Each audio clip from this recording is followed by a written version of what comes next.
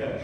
And if you can manage your capacity, what does it mean that when you have 35% less foreigners as a tourist coming to Turkey, we are getting that much less. And in order to create the cash or for the working capital, what we have done, we sold 13 of our aircraft instead of grounding them. So it was a wise decision at that time because other option was to receive $150 million credit. And we had 2018 devaluation in the country. If we had that money, we will never be able to pay that, and it will convert into a bad debt.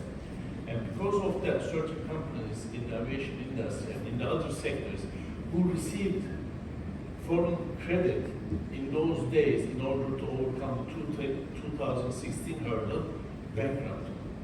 So was that a super smart thing from your team, or was that a bit of luck?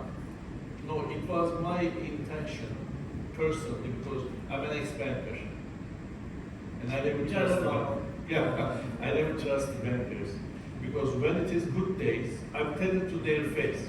During the good days, they queue in your door, in front of your office. But when the bad time comes, you can't find them. And when the bad times convert into worse times, look at your back. They might start from the back. That's what we call the bankers. Yes. Oh, that's, I can tell it wrong, but anyway. So we have 3 C's. In 2020, and when we come to the corona, it's global, we add 2 more C's, which is customer and complacency.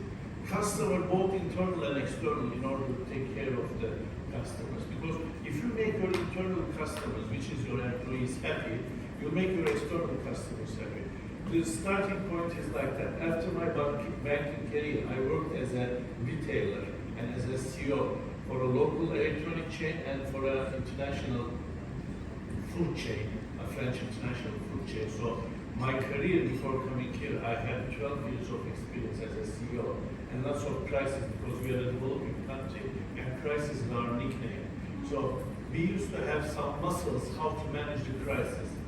That's why when you have high inflation for a Western country. You've got about 100% inflation here. We had 100%. When it is over 10% in the Western markets, people started to shake up how we're going to manage it. So we are managing 100% inflation. We used to do that for a long period of time since 1980s. We used to manage it. So we have natural, I can say, tolerance and tendency to manage crisis environments as Turkish management. So how do you manage 100%? Who else has 100% inflation in their market in this room? Nobody. Not even, where's Jonathan? Not even. You have to pay for that. You have to pay It's not for free. So you need to generate foreign currency. First of all, that's the one reason. In 2016, almost 60% of our income is coming from domestic flights and 40% from international. Nowadays, it's 85% from international and 15 to 20. It depends up to the season. Is coming from domestic flights. So And that's a good ratio. of course. So we converted the domestic to international in order to, because most of our spendings, including the domestic spendings for the services, for the government, for the tax, everything calculated in hard currency. So we have to gain hard currency in order to naturally hedge ourselves. So not speculatively, but naturally hedge ourselves. That's our natural hedging structure, and we converted to that. So 5 C's saved our life in 2020, and I can tell frankly, we are one of the 3 companies who started with positive own cash to the crisis and ended with positive own cash. Do you mean airlines or what? As an airline. Right. As a global airlines, which are publicly quoted, when you look at among those, we are one of the 3 which started with positive and went end with positive cash. And own cash, not the bank loans, own cash. Congratulations, we'd like to love that story. Thank you. And Pegasus, your main, so 85% of your revenue is in foreign, is from foreign currency. Yes. But you do have a big domestic market. You have bases. Your main base is in Sabiha. Yes. Just explain to people who don't know about the Turkish airline system. Out of that 85% is coming, 70% of that. So over 100%, 70% is coming from abroad to here, how we are calculating that? By the POS machines. So we are selling not from Istanbul or Turkey to abroad, but abroad to Turkey tickets. That's very important for us. So your distribution outside of Turkey is Yes, very strong. it's very strong. So we are working with most of the companies here we are flying 53 different countries. So in all of those countries, we are working with different service providers, and we are working with most of the participants companies in those respective countries. So we have our largest base is in Sabiha, which we have over 70 aircraft. The second largest That is an base, airport in the Asian side. on the of Asian Istanbul. side, 60 kilometers from here. Atatürk Airport was here. It's on the European side. Ours is on the Asian side. It's Sabiha Gökçen. Now it is the most convenient airport for the public transportation and near to the city center. Because you've got a metro line. We have a metro line in 2020, since 2022. So it is more city-centered airport compared to the new airport, because new airport is big. If you do not have time to visit the new airport, please spare some time and ask Fabio, he can arrange you that. Who came in through Sabiha with Pegasus or another airline there? Somebody there? Anybody else? Most of them. Please, if you do have time, visit the Istanbul airport. It is the crescendo of the airports, you can say. I think Chinese are building a new one. Maybe that one, when it was opened, will be better. But until then, this is the crescendo of the airports. And you have to see the art and the science of the establishing an airport. So, second is Antalya, which is the most important touristic destination, one of the most important touristic destinations in our country. And currently this year we had 17 aircraft based there, and next year it's going to be over 20. After that, we have bases in Adana, in Ankara, the capital city, and in northern Cyprus, Ercan. In northern Cyprus? Yeah. And do you have any bases outside of Turkey? No. Are you planning to do that? No. Why not? Because of the cost basis and because our aircraft is coming back and forth. If we have to do something, we have no such an intent. Germany will be the next destination. But because our base and the MRO facilities are all in domestic and local, we don't have any, I can say, premises over there. We are flying 53 countries, and think how many people are there in our payroll because of your support in the international markets. 4 people. Only 4 people in 53 countries. Thanks to yourselves and your colleagues, you're helping us, you're supporting us. And with your support, we can survive this. So it's cost basis. And in terms of your growth, Mehmet, what is the idea for, because you still have what I understand, because of where Istanbul is, Yeah. you've got a lot of opportunities, a lot of network expansion from here. Our radius, if you pinpoint, like the compass is one of the points to Istanbul, we can fly 6 hours radius. We don't have XLRs also, we have A320. But you will get XLRs, but that's we are not going to get. You're not going to get No. it. You don't need it. No, because when we look at that radius, the 2 hours or 1.5 hours extra flight is not bringing us any additional routes. So in that 6 hours flight, we can go to the farthest to Edinburgh, on the west, on the east to Almaty and Bishkek, on the north Which is is Kazakhstan, and Kyrgyzstan. right? On the north is Russia, St. Petersburg and Helsinki, and on the south we can go today currently up to Hurghada and Oman. That's the farthest point. We are working on several other African countries in our radius, but because those countries like Sudan, like Somalia, they are very like a paradise country, so we have difficulties to enter those markets. Fine. Paradise is one word. And so you've got aircraft coming. You said how many have you got coming? Sorry? This year we're going to receive 16 new aircraft. But your order book is. Our order book is there until 2029. From now on until that, we're going to receive 60 aircraft.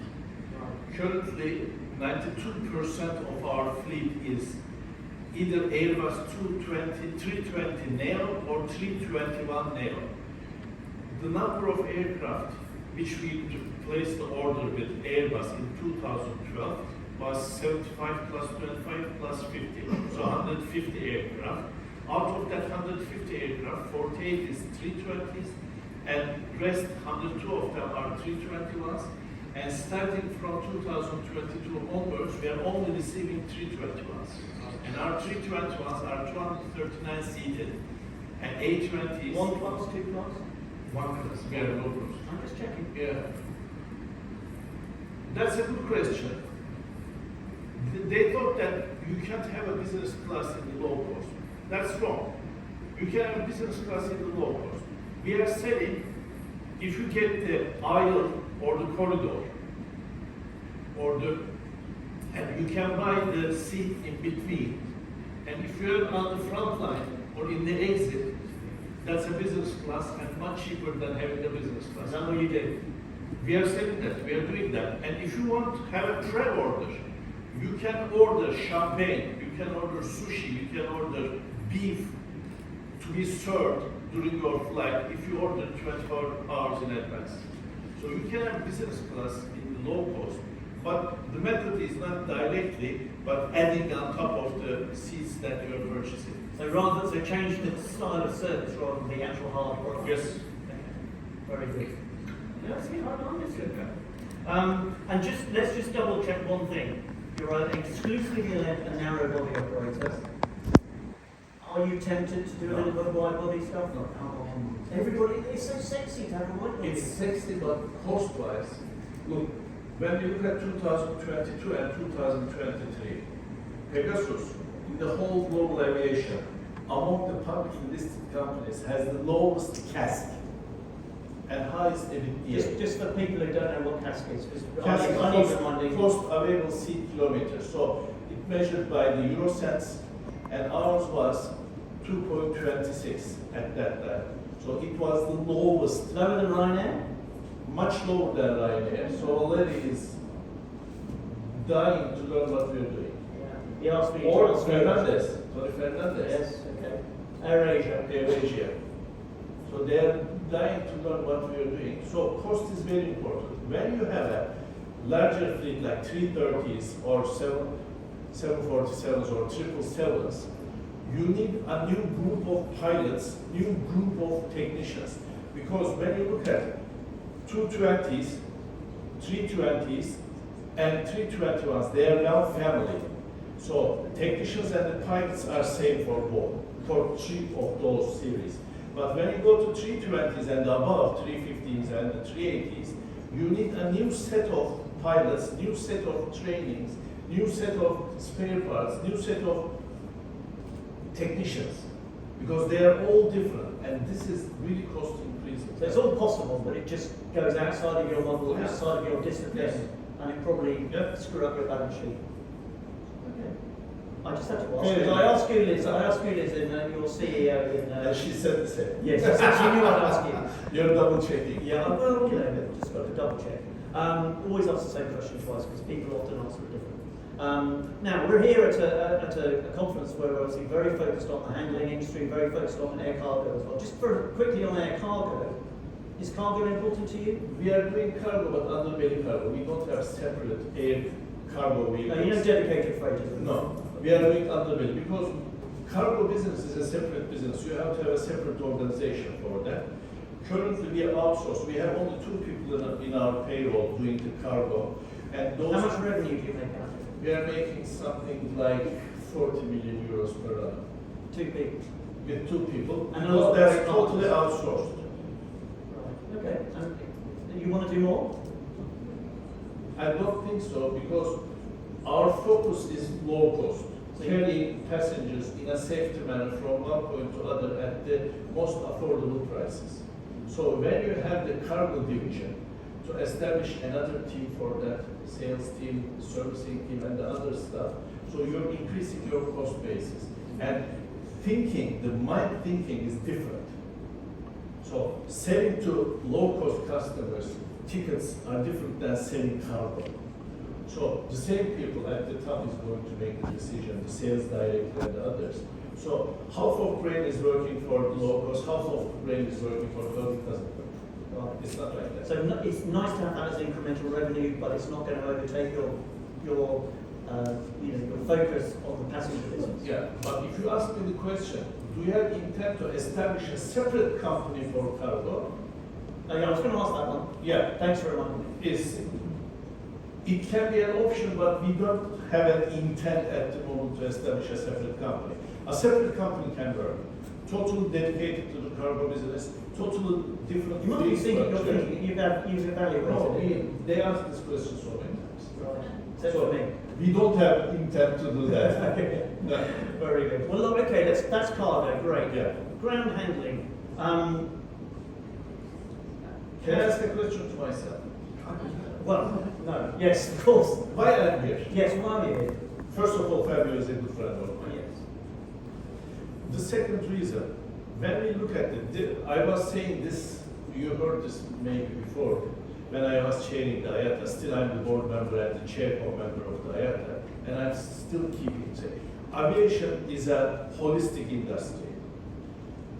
If we don't have the service companies, if you don't have the airports, if you don't have the aviation companies, we cannot have the holistic aviation industry.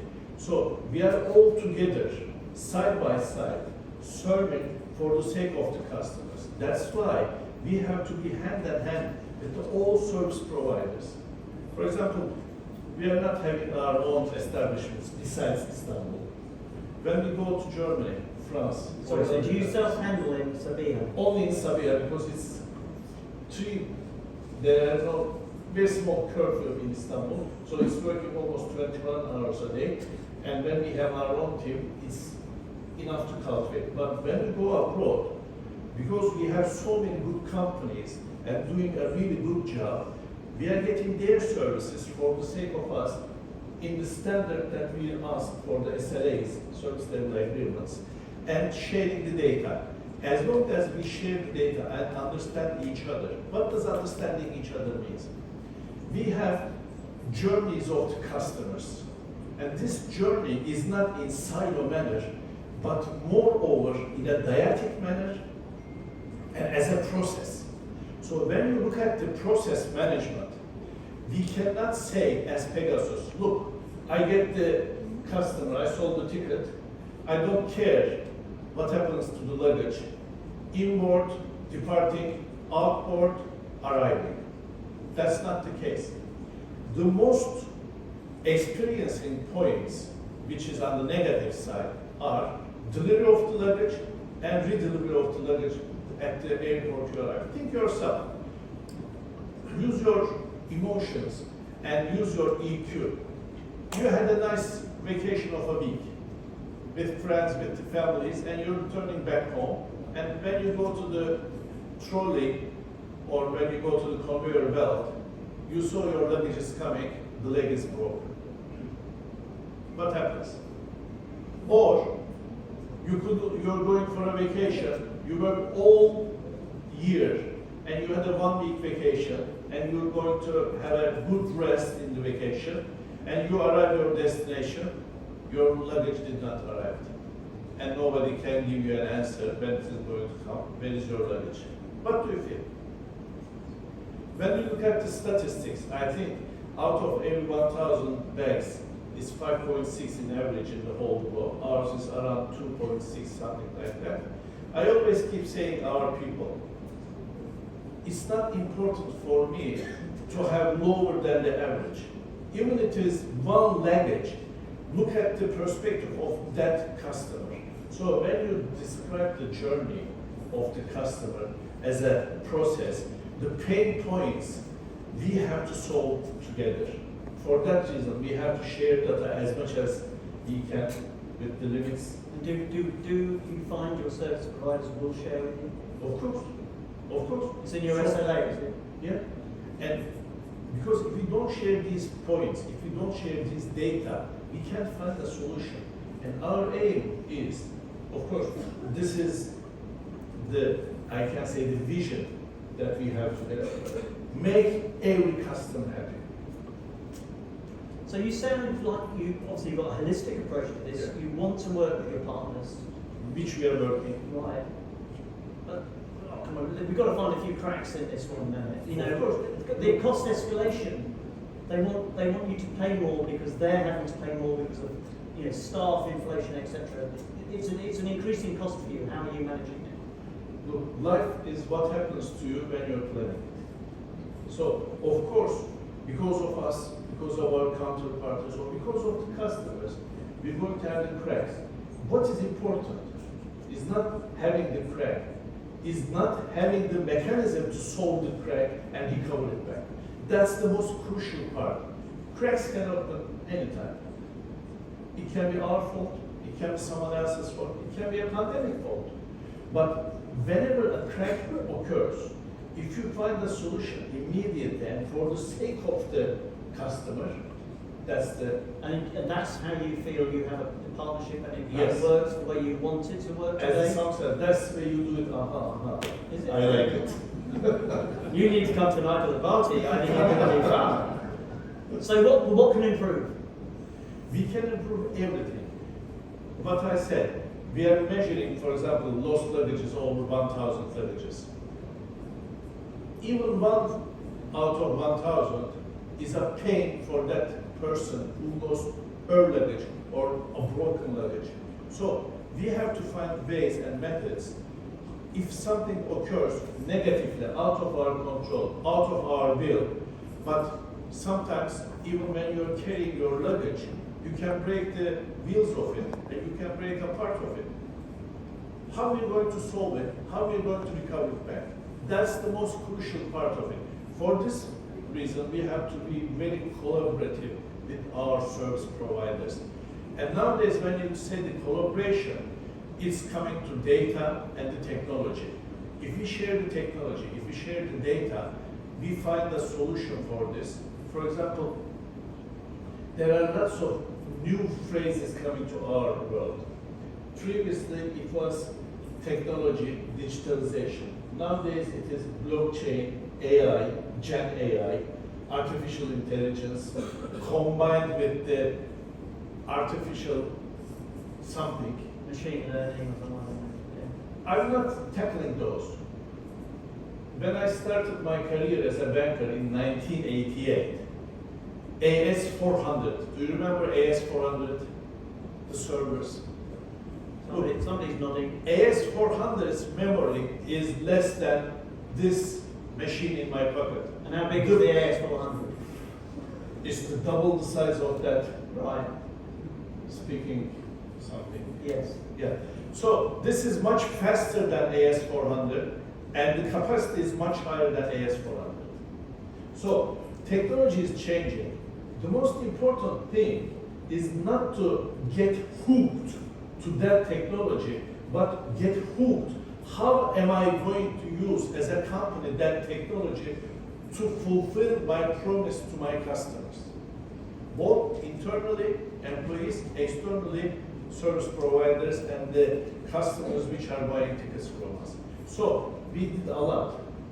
We just established last year in December 2023 a company in Silicon Valley in order to get the most precious technology for the sake of the customers, creating value for the customers. We have two simple ideas. So you've got people in Silicon Valley Yeah. owned by Pegasus, employed how many? One. All right. And we have two external, I can say, consultants Right. supporting us. One consultant, she is living in San Francisco and working 2 days for us. One consultant is in Germany and he is working, I think, 1 or 2 days. I'm not sure. So we have two things in our mind. How we're going to differentiate ourselves from the competition and how we're going to create value to our customers. These are the two targets that we want to hit. In order to do this, today's world, the catalyzer is technology. And we have to use technology for the sake of this.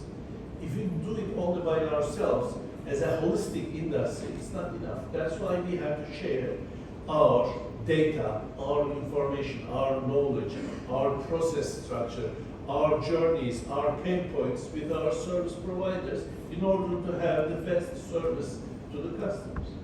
Mehmet, great, this is great. We've got a few more minutes. I've got Mehmet here now you're going to stay. Are you coming tonight, or are you not come tonight? But you can stay for a little bit. I have to fly to Ankara. You have to find out. We've got you now. So if anybody's got any questions for Mehmet, do jump in and stick your hand up, and we'll bring the cue. While we're waiting for those, I can't see any at the moment, but good packed room as well. Thank you.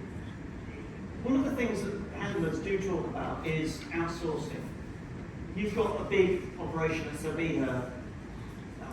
These guys can do it better than you. And then why don't you just have a deal with one of these CEOs and outsource your handling? We are open to discussions. We have the SLAs and the KPIs to measure it. If any of the handlers, domestic and international, can provide us a better service, we're there. And what do you mean by better?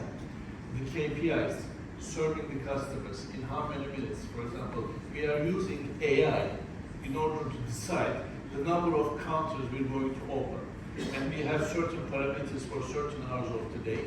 Are we going to clear the queue in 15 minutes or 20 minutes? According to that, the cameras within the airports, supported by an AI software, getting the heat maps.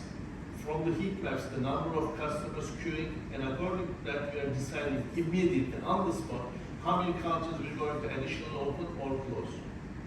So, we are here to open all the services which can create value for our customers and differentiate ourselves from the competitor. Well, we'll Challenge it. watch this space. We'll watch that space.